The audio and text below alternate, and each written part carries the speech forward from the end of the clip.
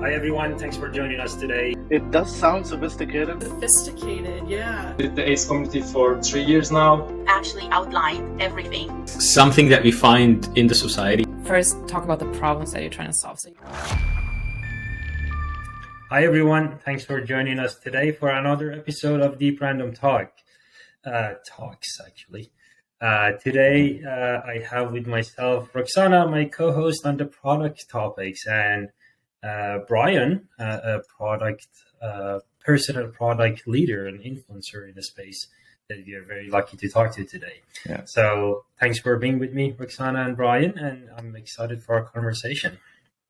Me too. Thank you. All right, so let's jump into the topic. So today we wanted to talk about product development, especially when it comes to data products. Mm-hmm. And, obviously AI products is a subcategory of that broader category that we're talking about. And in preparation for this session, we did a poll on social media asking people what was the most important reason that their last project failed. And we gave them four options. One of them was they did not have access to the end user. One of them was they did not have a robust product process and UX process. The third option was the data that they used did not have the right signals in it.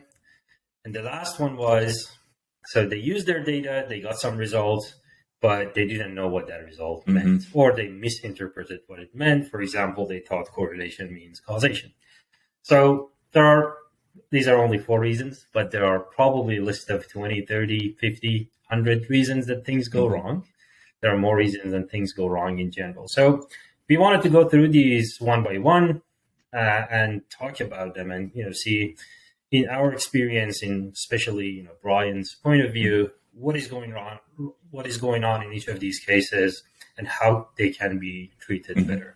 So Brian and I recently had the opportunity to be together on a panel around qualitative and quantitative approaches, and specifically that one was on A/B testing.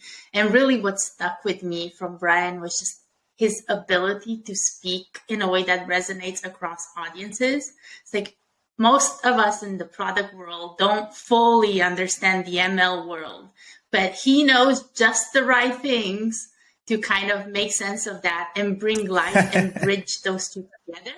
So that's like perfect marriage and way of communicating and figuring out exactly what I need to know to contribute to that world. So Brian, you straddle the machine learning side, the data side, and the product side pretty well. And you can talk to both audiences. So tell us a little about how did you come to this point? Where did you start? What happened in your professional career? I mean, my formal training is not in design or in machine learning. It's actually in music. So one of my careers is I'm also a professional percussionist. But this was late 90s when I was in school, and my neighbor was actually in my dorm room, was a bassoonist. And he was also on his computer all the time, and he was exploring a thing called Telnet. And he was always had a terminal window open. And then one day he had his web browser open.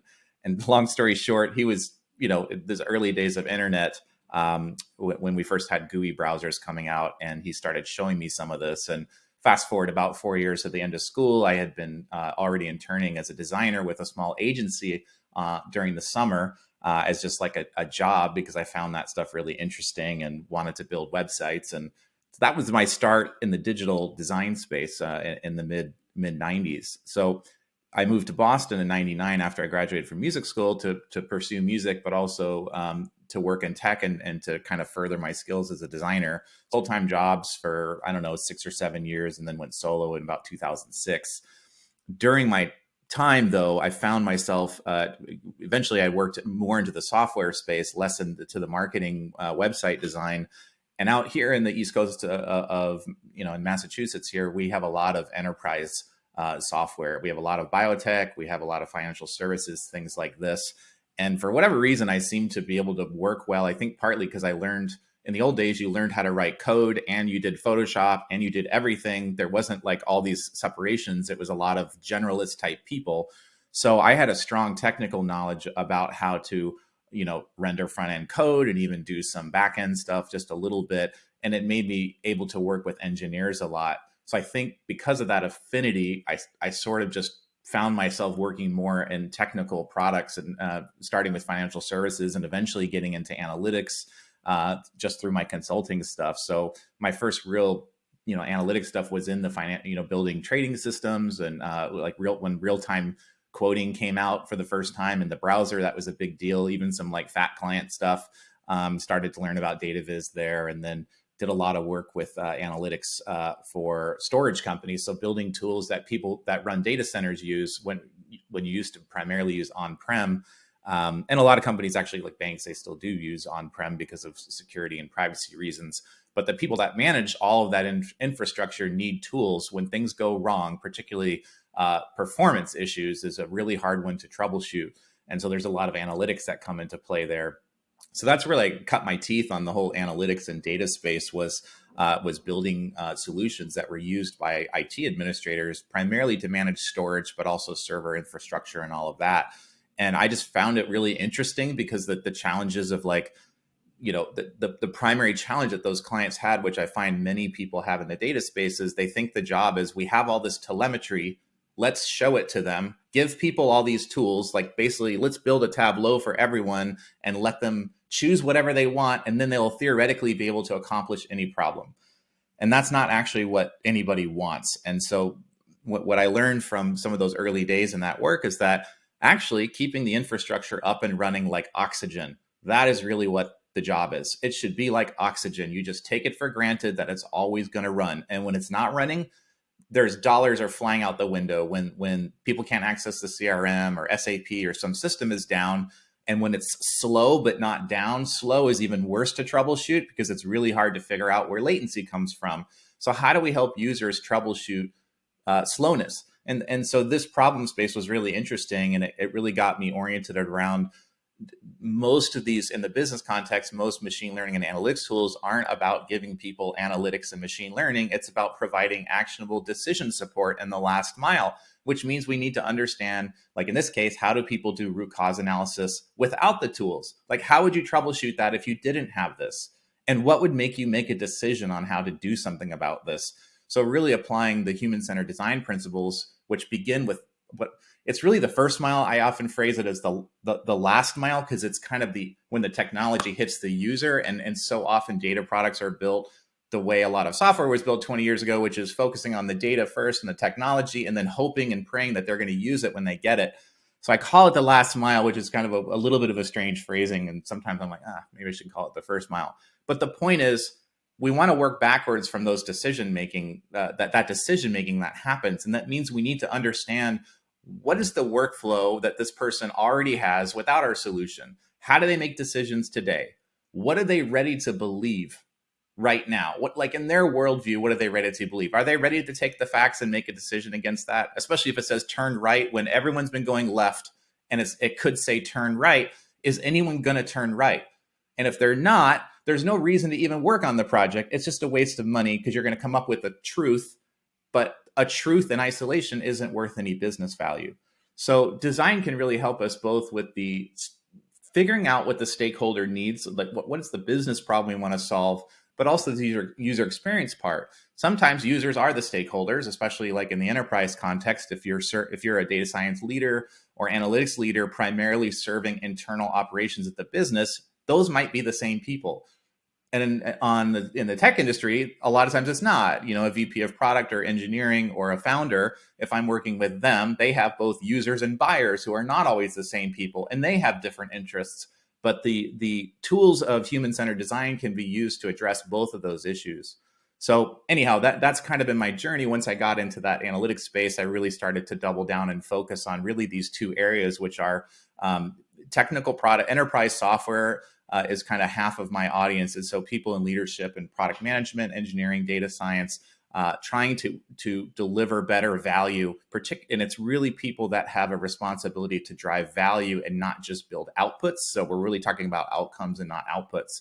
And then that second half of my audiences are the people working in really large enterprise companies, not building customer facing software like the paying customers, but instead building decision support solutions internally for the business. And how do we do that and navigate, the politics and really use a product driven approach? Even though we're not charging people to use it, we're not building a SaaS internally. I like to use this whole idea of data products and a product framing, which to me isn't about data mesh and some of these other concepts you might hear when we hear data product. When I use this, what I'm talking about is how good would the solution have to be if someone had to pay for it? What would we do differently if our paycheck was reliant on someone actually using the software? It has to be that good. What would we do differently to get to that? And kind of using that framing and taking a lot of the work that mature product teams are doing and apply that to the enterprise data science and analytics space, digital space. So if we take a step back, okay, there's like technical feasibility, there's knowing your end user, there's understanding all stakeholders, there's like a list of all these musts. Like at a glance, what does that like ideal, robust UX or product development or design, whatever you want to call it, what is that process that you kind of have to go through to uncover these at the right time, as opposed to, after the fact when it is going to cost you all those extra dollar signs? I see a lot of places struggling with this, unless you're talking to, I have a prospect, a CEO, a startup in the financial space. And it is so different when you talk to a leader about what they're trying to accomplish, because they have immediate answers for what their objectives are and the outcomes that they want to have. And what many teams get wrong, especially the larger the company you go, the more risk is disseminated through the organization, and they want to take power out of the hands of any one person. So the bureaucracy is there to decrease risk, but risk and innovation are at opposite ends of the spectrum. You can't de-risk innovation in that sense. And so it gets much harder. And what happens is teams tend to focus on delivering outputs on a schedule and not on producing value and outcomes. So the idea, and so what do I mean by that? I mean, at all costs, ship the dashboard, the model, the thing on this date. And that will determine whether or not we did a good job. It doesn't matter if anyone uses it. It doesn't matter if it created value. We have no idea what decisions will be made, but did we ship a new increment, a new Tableau, a new widget, a new feature, a new model? Is it more accurate than it was before? Those are all, quote, the wrong questions if your responsibility is to drive value. And most leaders want their teams to drive value. So the framing that's different here, and a lot of organizations are still learning this, is really to drive the problem framing needs to be a team effort, and the team should own the problem space, not solution delivery. So what does that mean? It means, as a mature product leader, we would say, this next quarter, we're trying to convert, 5% more of these prospects in the last stage of the funnel to a sale. That's the goal. I don't know if we need machine learning. I don't know if we need a tool, a mobile app, whatever. You send ownership of the problem space down to a team to work on. And that's different than saying, give me these solutions that I think I need, and then we hope that they're going to work and get me the result that I want, but maybe we don't know. And the older I get, the more I hear, even at senior levels, and this is especially true in the data science world, a lot of executives still are not really aware of what advanced data science techniques like machine learning and AI can do. They just sound like friggin' magic.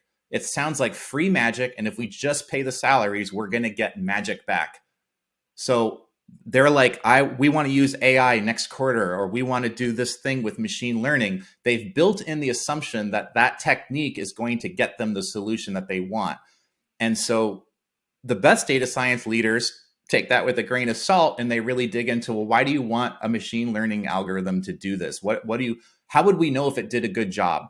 And you need to dig to what the desired outcome is on the other side of that ask, because they don't really want a machine. Like if they spend a whole bunch of money and get a model back, you'll find out that really wasn't what they want when they come like, yeah, but we spent $500,000 on that and we didn't get any new sales. Oh, we're trying to get new sales? Well, of course. Why do you think I asked for it? Well, you didn't ask for it. You asked for a machine learning model. And so a lot of the data science community, when I talk to them, it's like, it's not my job to figure out what you want. And so this is what I call the data tennis game, which is whose job is it to frame the problem space correctly? And the answer is everyone's job.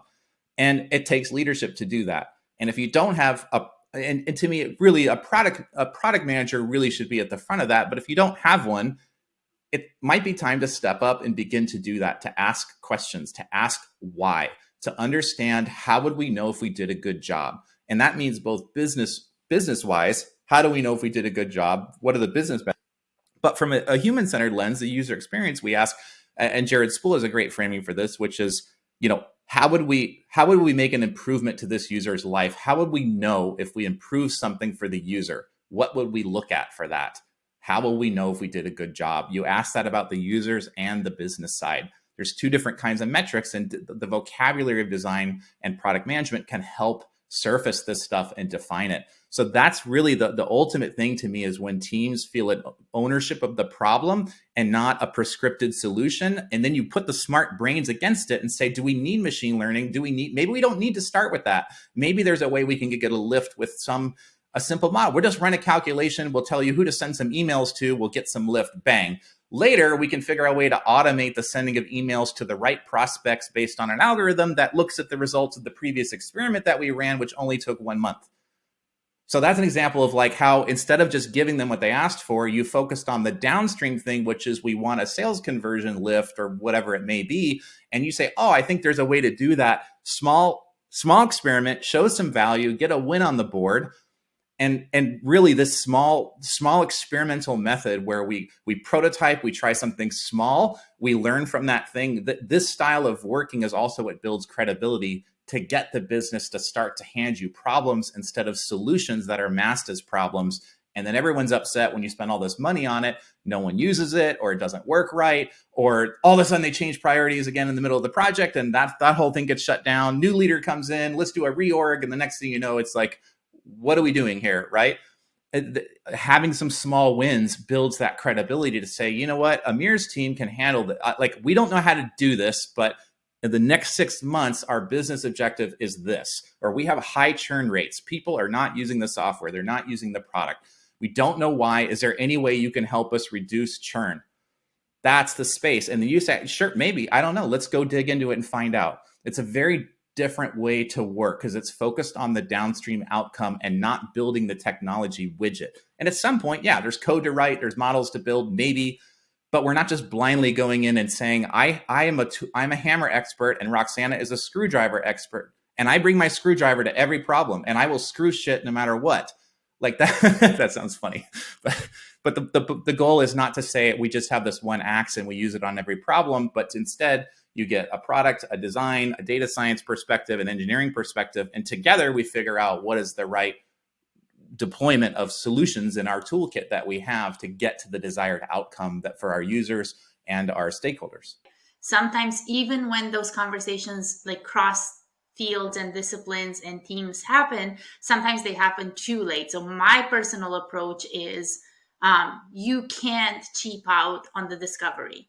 And that's where those success metrics that kind of are presented from different lenses, that's where I flesh those out. Like I really need it. I start with like things like stakeholder interviews. And by stakeholder, it's a very broad list from business executives to the people who are actually going to use, let's say it's a medical app, people who are actually going to use it, their team care and everyone in between. Plus, you can't actually forget about the technical feasibility and get those technical architects in there. And then really flesh out what does success look like from all of those lenses. But also what you said too, I always kind of have it, yes, this is the big picture. We can't forget about the big picture because that's the vision. But what does it mean 3 weeks from now? What does it mean 3 months from now? And that's where like I try my best to incorporate those small wins and kind of not proof of concept, but kind of to give those opportunities of, yes, we're going the right way and it's framed this way. And maybe we need to get back together in those working sessions and revisit that final goal, because maybe we went in with like a provisional persona or a provisional something, an assumption, right? And just do it along the way. And to me, that's like, if I were to summarize the whole process in 2 things, it's really, it needs to be iterative and it needs to have everyone at the table. And those conversations have to start as early as possible with the ultimate outcome like specific, like you said, I want to increase sales by this much. Like just be real about it, as opposed to I have an assumption that people drop out too early from my product and fix that. I want to ground the conversation a bit, because we are talking about ideals, but real world is different. So as both of you have experienced, and I experienced that as well, a lot of the time, and one of the questions on our poll was access to end user. Yes, like on paper, in an ideal world, you have to do a lot of discovery calls and discovery conversations and get as much insight as you can and really get down to what's the value the end user is looking for, etc. But I have seen firsthand that a lot of the time the corporate lead comes in and says, I've heard NLP is cool, let's do NLP. And then people fall in line to try to do that. So, and a lot of our audience are data scientists and machine learning engineers that end up building those models that sit on the shelf eventually. So for people like that, they're not in position of power. They cannot just be like, I'm not going to do it until you let me talk to end user, right? So what are some of the things that, people on the ground can do to, and of course, managing up is a thing. Like you could probably suggest strongly that we need the end user feedback to figure out what is it actually that we're trying to do. But on a practical level, in a practical sense, in a pragmatic sense, what can people do to get access to this kind of information, given the more bureaucratic and complex structure of the companies that exist today? Management and leadership are not the same thing. Management is a title that's handed to you by somebody else. And you don't need permission to lead. You don't need permission to ask good questions. Now, is it easy? Is it just a matter of asking the good questions? No, it's a journey and it's a process. And yes, the bureaucracy, especially in large organizations, can be tough. But ultimately, a lot of this comes down to relationships that we build as well. And so asking why in a genuine, empathetic way, not to challenge that someone's an idiot or because you think they have no idea what they want. Maybe they don't know what they want, but you know what? They're responsible for that. So instead of looking at it like you have no idea what you want, change the framing to how do I help this person be successful in what they're trying to do? Because ultimately that will mean I get to work on something that will actually get used, which is much more fun than working on something that goes on the shelf. So you don't need permission to lead and start asking these questions. And if you can figure out and take this framing of what's in it for this person, like why don't they know the answers to this, and like explain to them, look, yeah, we can do NLP. If it takes 6 months and we spend $2 million on this, how would we know if we did a good job? Like what do you need to show to your stakeholders to say that that was a good use of time and money? And there's also, of course, we didn't work on all this other stuff because we did 6 months of NLP on this. So there's an opportunity cost that's lost there. I don't want you to have to go report back and say, look what we did. It's on the shelf, but we have no idea what it's for. So who asked for this NLP? Why did they want it? What were they trying to do? And start to have those conversations to define that. That's really what this happens. And you don't need to be a manager to ask this. And in fact, sometimes managers are not the right ones. The principals are. In organizations, a lot of times it's the principal leads that really own this. It's management's job is to really get the maximum effectiveness out of their teams, but not necessarily, they may not necessarily be the best people to do that kind of work. So I think part of this is also realizing that and designers have the same problem, which is like, I have the skill and I have a certificate and a piece of paper that says I'm good at design. Look at my certificate. I have a PhD in statistics and math, so I'm good at math. So my job is to do math and to model. Well, if you're in a pure research environment, that might be true. And at some levels, and when you're early in your career, yes, your job is primarily probably to do a lot of implementation, and someone else is going to go figure that stuff out. But eventually, you may find out that the problem space is not clear, or yeah, I did work on that, but that thing got shelved, or then it got stopped in the midway, and you don't know why it did. If you've been in that situation, it's like, why are we changing course? A lot of times, it's because the definition of done was unclear. The definition of success was not clear. And we kept burning and spending money on something. And somebody said, we're not getting value out of this, where value is an outcome, not an output. So we have to take, I think, this mindset that my job is to deliver the thing that I have a certificate from a school from. That is not the entire sum of the work. We have to use the other creative part of our brain. And often it's a team effort to surface these unarticulated needs. And it can be difficult. And sometimes they don't know the answer, but spending time, and this is where user research can really help, that the tools of user research can be deployed with stakeholders just as much as they can be used with users, in my opinion. And yes, they're different, and product market research is different than user experience. I get it. Most places are just not even having the most basic conversations to get into this. So as one consulting leader I know says, taking imperfect action. That's the other thing, is not being worried about doing it all right, but start to have the conversations, ask why, and not to challenge, but to say, I don't want to waste your money and time. I want you to be successful. We want to work on stuff that gets used. So let's figure out how we'll know if this NLP that we did something. And if this is a pure R&D thing, like they just want us to start dabbling and it's truly an R&D thing, fine. Let's find the smallest NLP thing that we can do and deliver. If it's so vague, then in a business context, I would not say your job is to come up with the most amazing NLP model in some abstraction, but instead to do the smallest experiment possible, pick something really small, ideally with some kind of business value, even if it's tiny, but it shows that we spent this time to do a proof of concept on a new technology, but we did have a focus on it, which is we want to nudge this, I don't know, customer base, or we want to have a tiny uplift here. We just want to run a small experiment using this technology.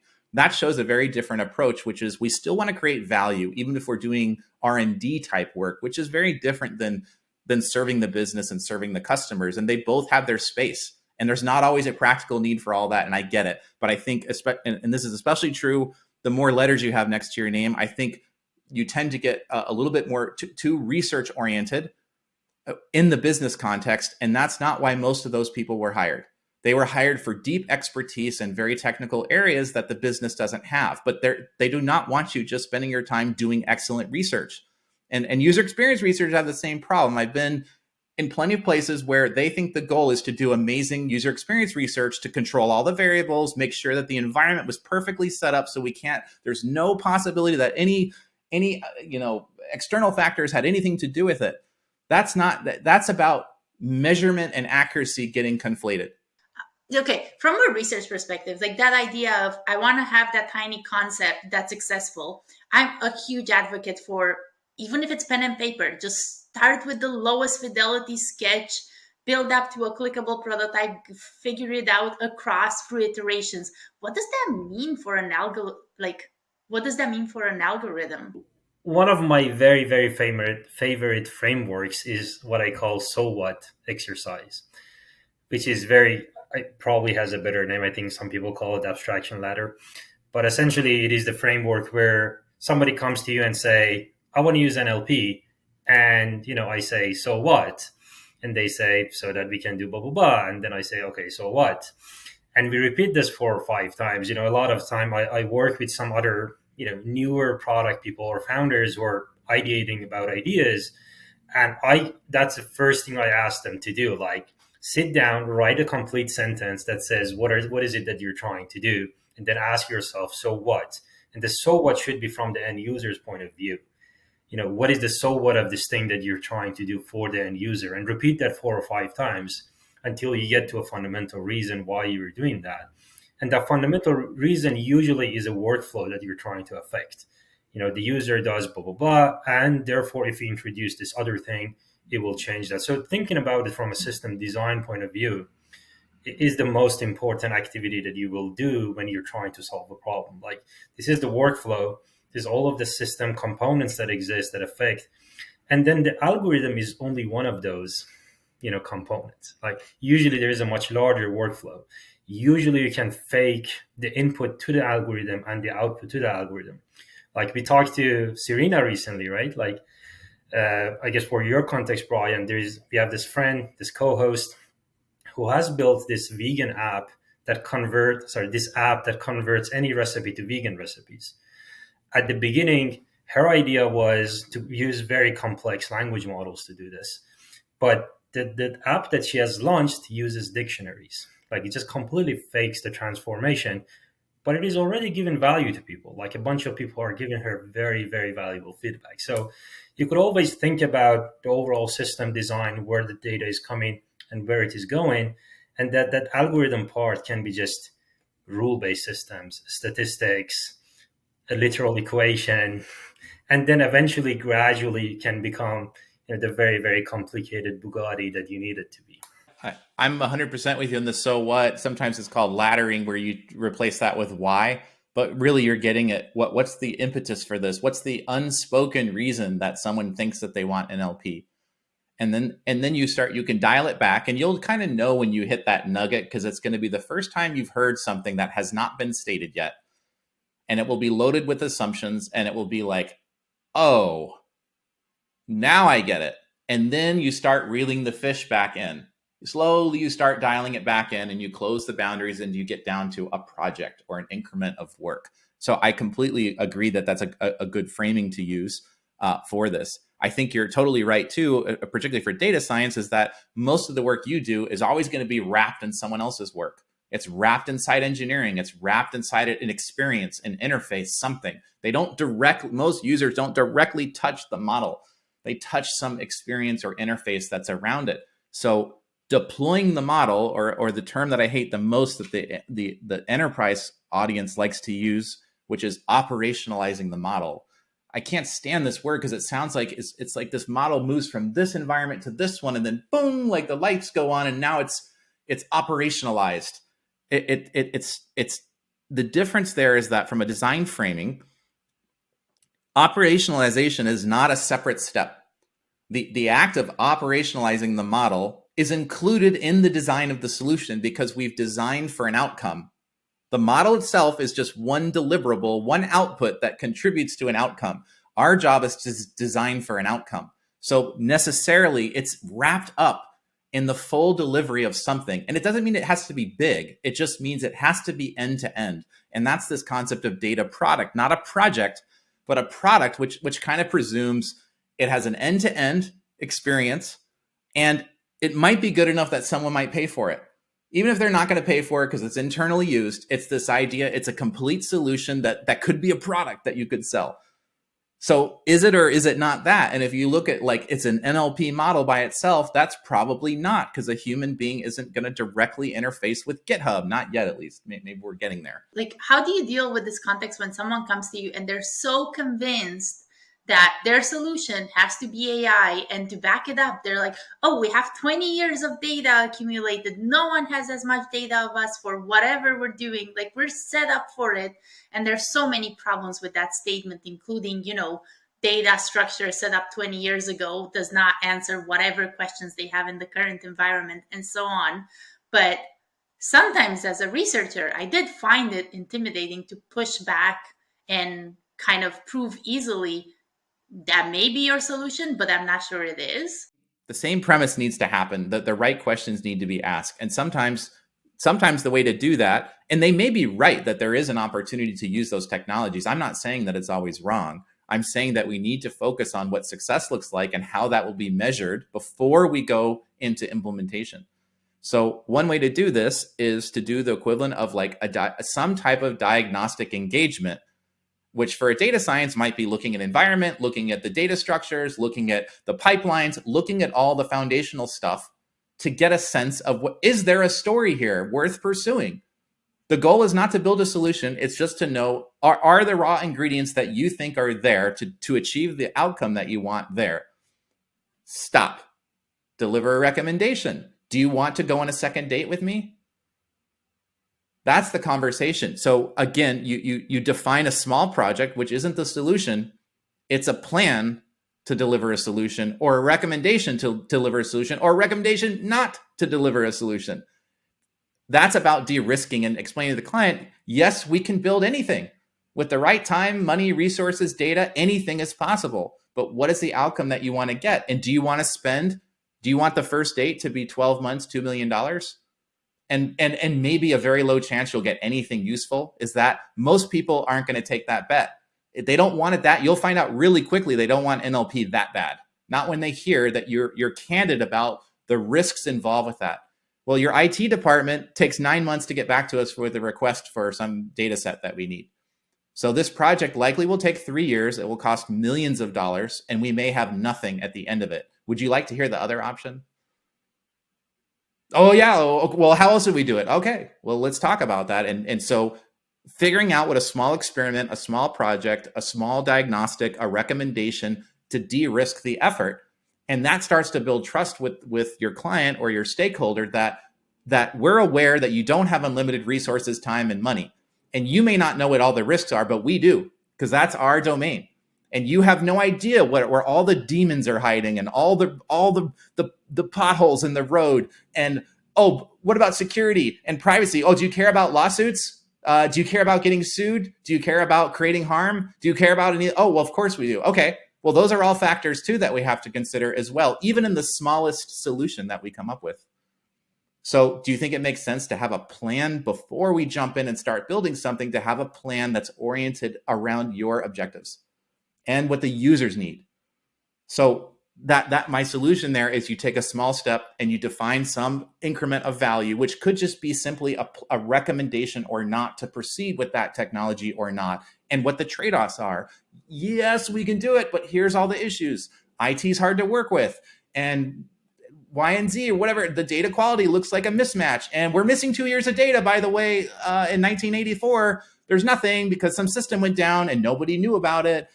There is a bigger problem that is a little systematic, and that's the fact that a lot of data scientists who are building these models really dislike the data preparation and data exploration that is mandatory at the beginning. Like, we are a lot more excited to jump into the models and be like, oh, all these models can do these amazing things, while creating larger and larger language models, for example, in NLP, is a very, very good example of that. Like, we're just creating ginormous models because we just don't want to think about the data too much. We just want to throw in as much data as we have. And it's big enough that eventually we'll figure out what's signal, what's noise, which is also to be discussed. But, I really like this recent trend of data-centric machine learning, where, you spend a lot more time on the data that is going into the model to figure out, does this data have the signal I'm looking for? What other data pre-processing and amplifications and augmentations can I do to amplify the signal before even touching it with machine learning, right? So, and more importantly, have I done enough exploration at the beginning to make sure that the data does have the signal I'm looking for?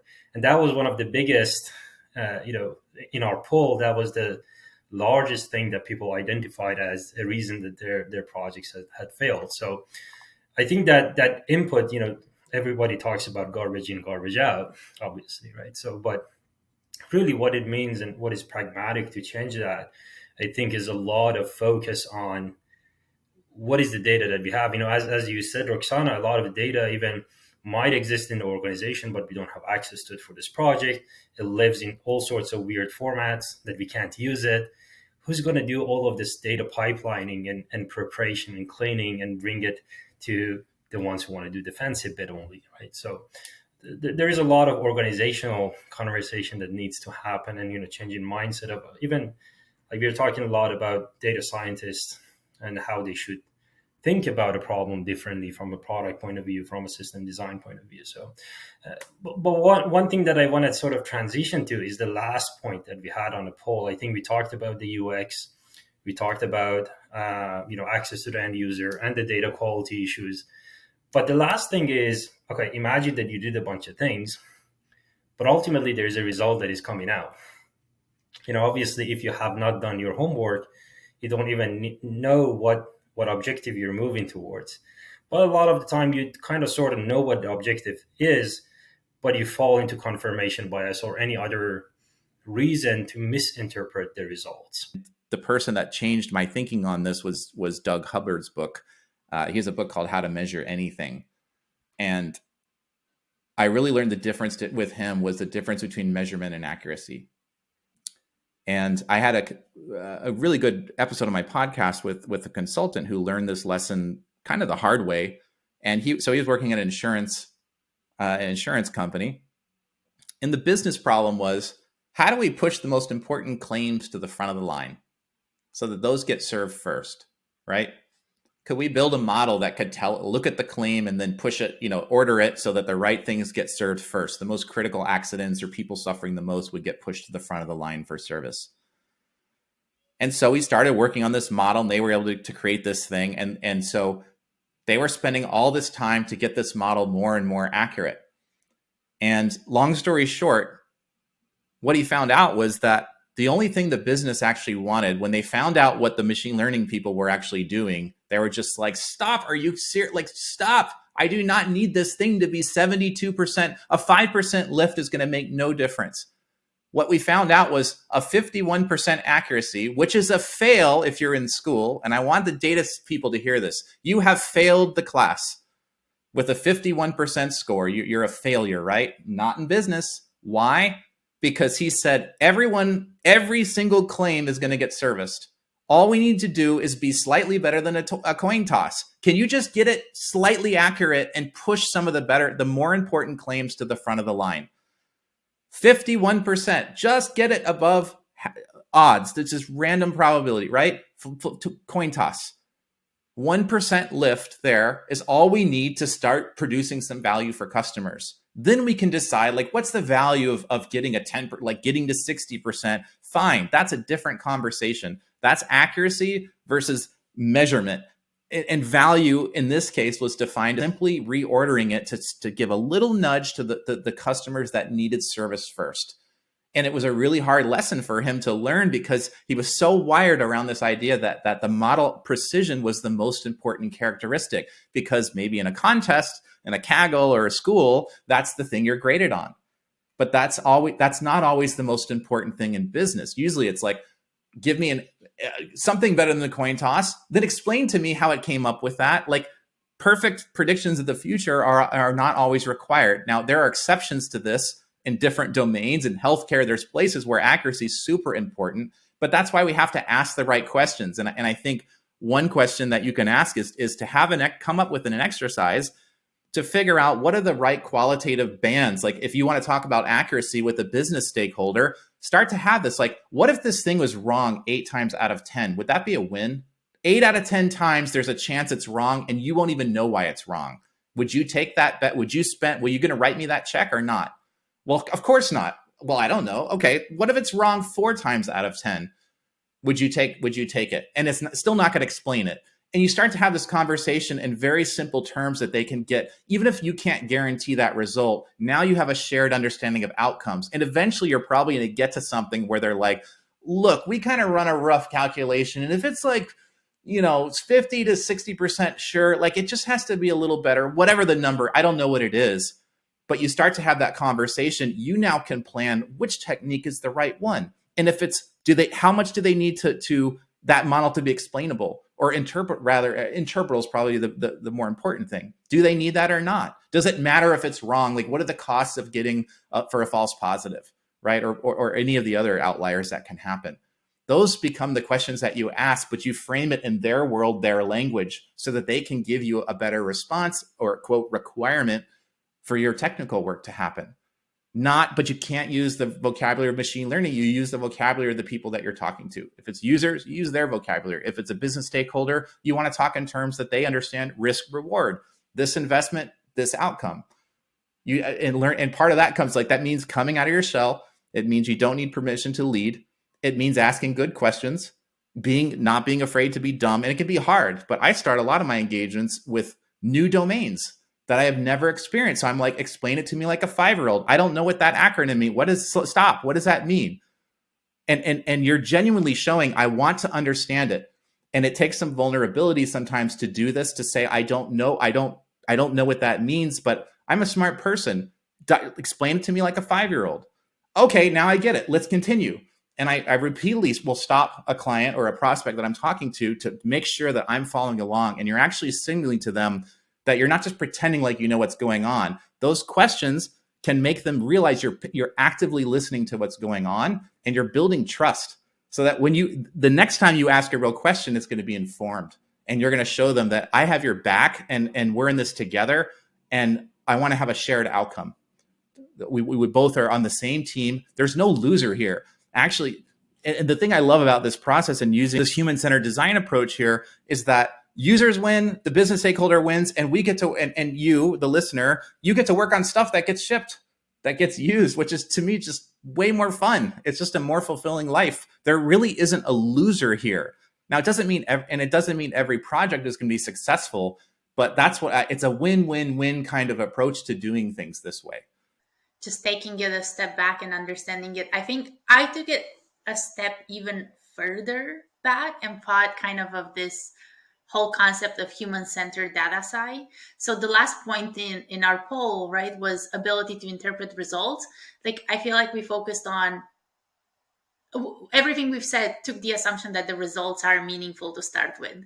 So where I've stepped in many times is actually before even starting anything to ensure like what is, and even a precursor to data cleaning and so on. It's just like assessing it from a relevance perspective, assessing it from, is it still valid today? If we started collecting it 20 years ago, are all the variables in place that are meaningful? Is something super important missing? Is something that's actually damaging to the end user and we don't realize it because it's weighted too heavily relative to what else we have in there? And you can't do these things until you actually sit down and, understand the true context of that business problem from the end user's perspective. So it's like, to me, there's like one extra layer that's even more foundational of really microanalyzing your data set and its provenance. We are almost running out of time, and I Sure. want to make sure that we wrap up and come up with a verdict. So, Brian, we talked about a lot of things. We touched on a lot of things, but top 3 bullet points. What are the takeaway messages for people to think about differently, and especially data scientists, machine learning engineers? I really like a few things that you said, and I'm going to repeat those after you say your bit. But also, is there any resource that, of course, your own podcast will be very interesting for people who are more product-minded, but any other resource you would recommend people look into to learn more about these kind of topics? And Roxana, you Sure. go after that. I think one of the key things is that nobody really wants a technically right, effectively wrong solution. You don't get, that's like rehearsal. That's not the concert. That's just rehearsal, getting it technically right. It needs to be effectively right, which includes some level of technically right, but that's not 100% of what we're delivering. So you have to swallow that pill. You don't have to, but you're probably going to be a lot happier in your career if you swallow that pill earlier and you try to orient your team around that. 2, because you were talking about this management versus leadership. You don't need permission to lead and to start asking these good questions, especially if you do it from a place of empathy, which is genuinely trying to help your stakeholders, your users, or whoever's in the room. Everyone, we all want to be successful here. These questions are not to challenge; they are to surface the unspoken need. If you want to use "so what," that framework also works. In fact, that one's probably a little better. I just recently learned a little something from I forget the name. The guy was an FBI hostage negotiator, and now he does sales training. And actually, repeated use of the word "why" actually can signal. It can be a little bit threatening, and so actually, I've actually stopped using that. Or can you tell me more? Or so what? I use slightly different words for that because it actually signals a little bit of like a nagging child. And so just slightly using some different language can sometimes help, and it's a little bit less threatening. So that's pro tip from the FBI hostage negotiator. I think it's Chris Voss. Maybe was his name. I can't remember. But anyhow, so that's a tip there. The third thing is this idea of MVP, or smallest viable, it's the minimum valuable product kind of concept. So this gets into the small increments of work, whether it's doing a diagnostic first and coming up with a recommendation or plan, whether to go on a second date with this technology. Should we do the NLP thing or not? How would we run a small experiment before we do we bite off something giant? So, and in design, we talk about prototyping, right? So that's the whole reason we try to work in low fidelity. We try to design with the users and not just for the users. So we're routinely producing things for them to interact with and get feedback, to close the innovation and the feedback cycle as much as possible. And I realized that standing up a model, or standing up the infrastructure and cleaning the data and all of that, it's a little bit different. There's so much foundational stuff that has to happen in the world of data science just to go do the part that quote that I was trained to do, the really technical stuff. I get it. It's tough. And part of it may be helping your customer, your stakeholders, your clients to understand when you said you really want NLP, yes, we can run this experiment, but did you know it's going to be a 9-month lift before the first time the modeling part called NLP happens? 9 months. And that estimate is probably wrong because remember, nobody estimates really well. So double it if you want, triple it. We don't know. That's the best estimate we can give you. Do you still want to just do NLP? Or do you really want to work on that customer churn problem or whatever the thing was? That gives you that opportunity to reframe the conversation. And it doesn't mean never touch NLP. There may be places to do that. But that minimum viable product or minimum valuable product approach or prototyping approach, whatever you want to call it, it's trying to work in small increments, getting rapid feedback to inform the learning. Are we on the right track? Do we take the second step or not? These are 3 concepts that I think are really foundational.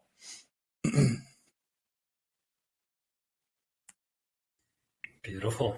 And any research? Oh, sure. Yeah. So you mentioned I have a podcast called Experiencing Data. If you want to hear, I interview data science, product, and analytics leaders on how their teams do this kind of work, whether they use the language of design or not. So that's really oriented at a leadership audience. If you're doing more hands-on work, I do have a user experience framework for designing advanced analytics applications. It's called CED. It stands for Conclusions, Evidence, Data. And that's just available at designingforanalytics.com/CED. And there's actually a podcast on that, as well as an article that really goes into how to use that. But that's really oriented around this framing of when we design decision support tools, we start with conclusions. We do not lead the experience with evidence. Evidence and conclusions aren't the same thing. We want insights, conclusions, surface that stuff in the experience, especially important when it's a self-service. And this assumes, by the way, for my audience, I primarily work with people who are delivering these things not in an ad hoc report, a PDF, a PowerPoint, but in a self-service software interface that will not have an analyst sitting there to explain things. The tool itself has to handle that. And so that framework is really oriented around getting the team to focus on those conclusions and putting the evidence kind of secondary to that. So that framework may be really helpful. There's also a self-assessment guide on the website. You can find that just on the resources page at designingforanalytics.com. And then my mailing list, that's kind of the home base for when I publish new things like these tools, that's where it goes out. And that's easily available on the homepage as well. Yeah. Beautiful. Roxana? I guess I have a few, usually I do this differently, but I feel like I have a few call outs to researchers because I've been talking to a lot of people recently and mentoring a bit. And really a lot of them are either from school or just their early experiences are the impression that they get in, there's a prototype, they do some research on that, and then they're out. But really a researcher's role in the product development journey is a lot more, can be a lot more meaningful than that. And really, I guess my call out would be jump in really, really early. Like Ryan, you talked about, doing that research, not just with the end user, but with the stakeholders themselves to really understand and define that problem and the limitations and the business constraints and everything else. Well, I do that. And that's a huge part and contributor to starting things right. So really jump in early and treat the whole process as a research question, not just, I have a prototype, let's see if it works. And then the other part that just emphasizing, which we've said throughout really, that, the struggle coming from a PhD in academia is real. And you will have that reality check, right? That it doesn't work that way. There's business constraints, there's budget constraints, there's times, there's technological limitations and so on. But there's also a lot, like we're talking, a part of it in our poll was you can't get to the end user.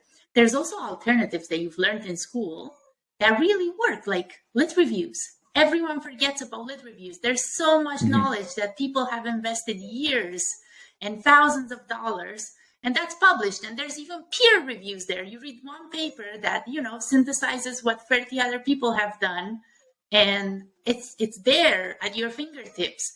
So just, I guess part of it is there's advantages coming from academia that you can really import and inject into the real world that has a huge value when, you're in a time crunch, but there's also things that you got to leave behind. So that's just my confession. If I can say one thing on that, if you're talking to kind of the user experience research community out there, I've been a designer for 25 years. I've had, and I do my own research. I was a generalist, but I've worked with teams with PhD level researchers on the team that really run that whole thing. And my general perspective is this, and this is going to hurt. Research sounds like a big tax. It does not sound valuable until you come up with some amazing insights, but most of the time it sounds slow, expensive. It just slows things down. It's expensive and it's a tax. Now, it's not to the leader of the user experience group. They know the value of that, and that's why they're making sure there's budget for it. But they're probably constantly having to fend the budgets for that kind of thing. So how do we get around this? I think part of this is like when you say it's hard to get access to research, again, changing the framing to not, I want to interview your users, but instead, why is interviewing the users going to be good for the person who's resisting it? And so like one thing I worked in those early analytics products I was telling you about in the IT world was I had no idea how important the sales team was and how much control sales has over so many things. And the smaller the company is, the more power that they have and the more people are going to listen to them. I think design and sales should be much more aligned than they usually are. And if you can create an ally there, guess who owns the keys to the users? Salespeople often do, and they are threatened. A lot of times researchers are seen as threats.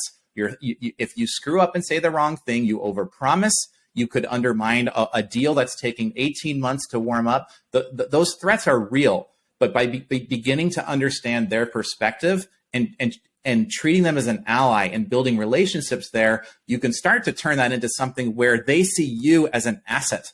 Instead of a tax, you are now this asset that they can bring in. And I watched this change on a project where they actually asked, they're like, you know what, we have this angry customer. If you want to talk to them, it was like, they're going to quit anyway. They're not going to renew anyways. Why don't you go talk to them? And so we had them in for a usability study. And at the end, they're like, yeah, this was really useful to us. I don't know why I didn't get any training on this before, but this training session was really great. There was no training that happened during that. All I did was ask questions against the interface, and this person hadn't used it before. And by the end of it, this person that was not happy, who thought that we had done training, which we had not, had figured out what the value of the tool was. And so right there, sales got a little bit of boost about what we can actually do there. But again, starting to have those conversations, being aware of what's it like to be a salesperson. What are they afraid of? I know what they're afraid of. They don't want you to screw up a deal, especially if they're getting paid a commission. So how do you talk to them to get them to give you the keys to access those end users? And it's not always going to be sales. There could be other stakeholders in the way and all of that. But you need to help them understand the tax. If you don't get access to them, how are they going to pay for it? How are they going to look bad to their boss, really at an individual level? And those might be one-on-one type conversations. Like, hey, dear, head of marketing, procurement, or whatever your department is, this is a giant data science initiative. There's millions of dollars on this, and I don't want you to have to go up to your management and say, what did we get? We don't want that. We don't want that for you either. And we can really de-risk this. Not just de-risk it, we can find possible sources of real innovation here by spending some time with the people who are going to use this. And we can give you something faster, safer, smaller. It's in your interest to do this. And if you don't want, I just want to make sure you understand their risks. And that's a truly empathetic way to do it, because you are in service to those people. So, and that's why I think designers and researchers can be good at this, because we're always talking about doing it for the users and this deep sense of empathy that's innate in most researchers. To me, this is a really powerful tool that can be leveraged, not against, but with the business stakeholders as well. It can be done in service.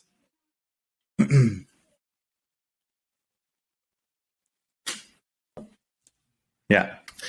Yeah, definitely lots to think about. And I think your advice is also true for Sure. Data scientists and data people as well, working with the business stakeholders rather than, always being in the mindset that, they don't understand what's happening is going to be really fruitful. So thank you so much, Brian and Roxana, for joining me for this episode. I think the biggest takeaway for me is take imperfect actions towards a focused goal and repeat a lot, iterate a lot. So, and obviously talk to a lot of people. Thank you so much. Hopefully you enjoyed this episode and come back for the next episode next week. Thanks for listening to us and see you next week. Take care. Thanks, guys.